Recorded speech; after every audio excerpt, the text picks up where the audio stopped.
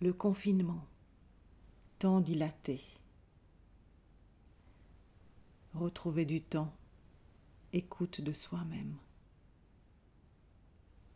Un silence est un soupir en français.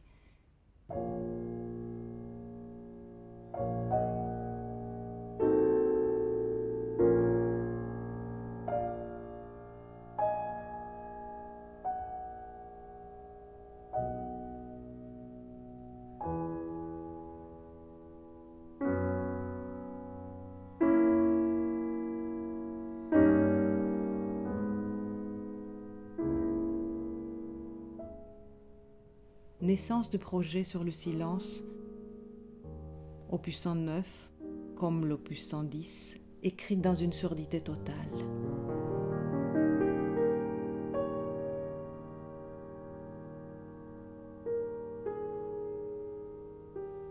Recherche sur ce silence intérieur, accompagnée dans cette recherche par 2 compositeurs.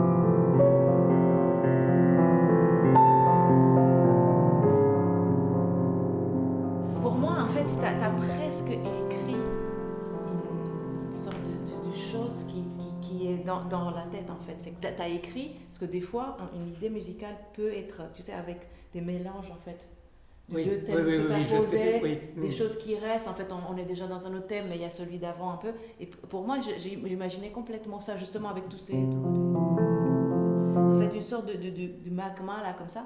Mais bon, encore... Oui, non, mais c'est exactement ça. C'est magnifique, hein, Mara, vraiment. L'usage de la pédale, tout ça, c'est exactement ça. Quand Mara m'a parlé de ses projets autour des dernières sonates de Beethoven, je me suis souvenu que j'avais fait une série d'émissions pour France Musique sur les esquisses qu'on a retrouvées. Il y a beaucoup de carnets d'esquisses de Beethoven. Et ça m'avait vraiment passionné de voir le cheminement justement de quelqu'un qui n'entendait plus et qui avait besoin de se confier, sans doute plus que d'autres compositeurs. Il remplissait des carnets d'esquisses à profusion. Et je me suis replongé dedans, un peu dans le silence des carnets d'esquisses de Beethoven. Et c'est comme ça qu'est née l'idée de cette pièce qui s'appelle Benedictus.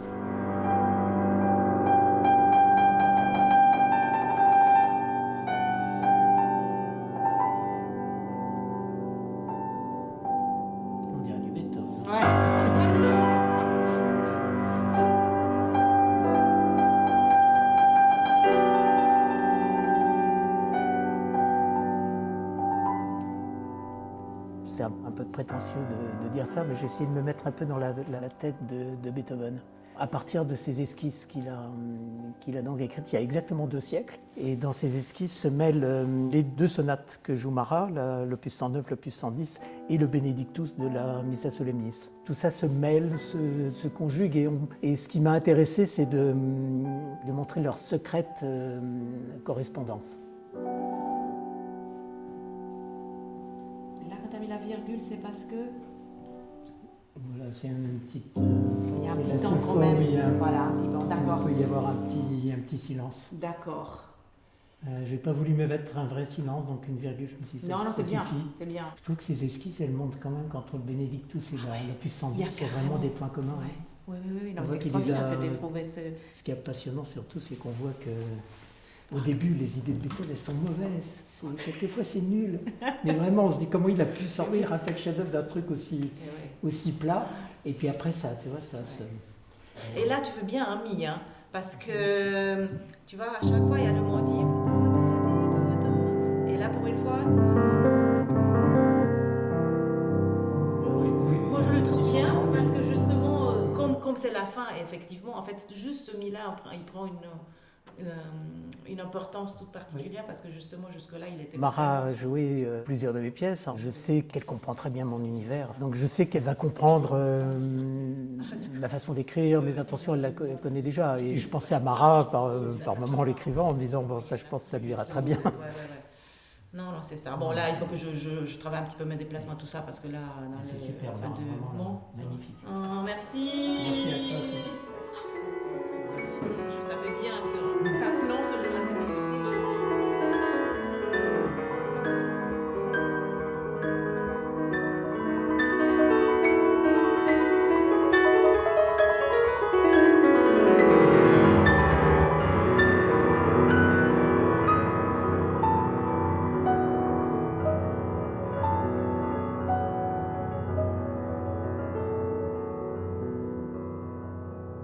Beethoven, à la fin de sa vie, c'est très étrange comme compositeur. Il a à chaque mesure une idée. On a l'impression d'un chaos à peu près organisé, mais c'est très...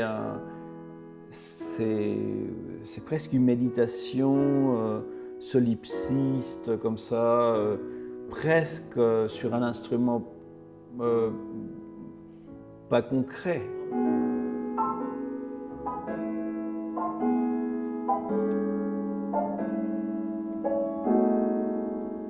Moi, je pense à une sorte de musique qui est dans une pièce silencieuse ou dans un monde silencieux, mais qui n'a pas besoin forcément d'intégrer ce silence. C'est un silence tacite autour de la pièce.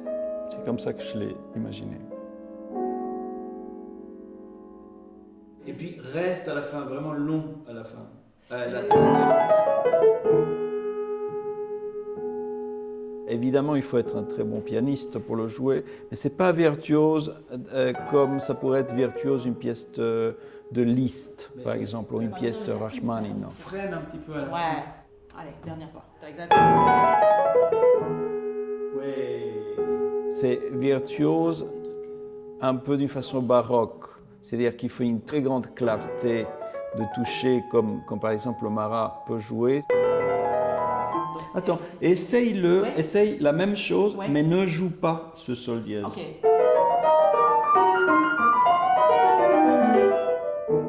Ouais, fais comme ça. Alors, voilà. Super. J'ai mis des aimants sur certaines cordes, surtout sur une note, qui est la note, le sol dièse central qui traverse toute la pièce. Et qui donne un effet un peu de cloche, un effet un petit peu inharmonique. Je voulais juste cette note, un peu comme une base un peu vague, un peu moins nette que le reste du piano. Oui, il faut que tu penses que ce sol dièse, qui traverse toute la pièce, a toujours sa vitesse. Oui.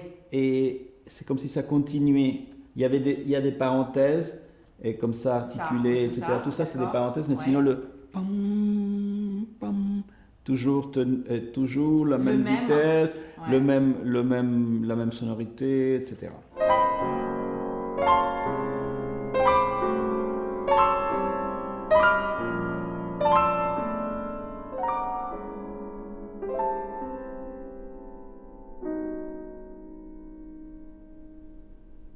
Silence lumineux, riche.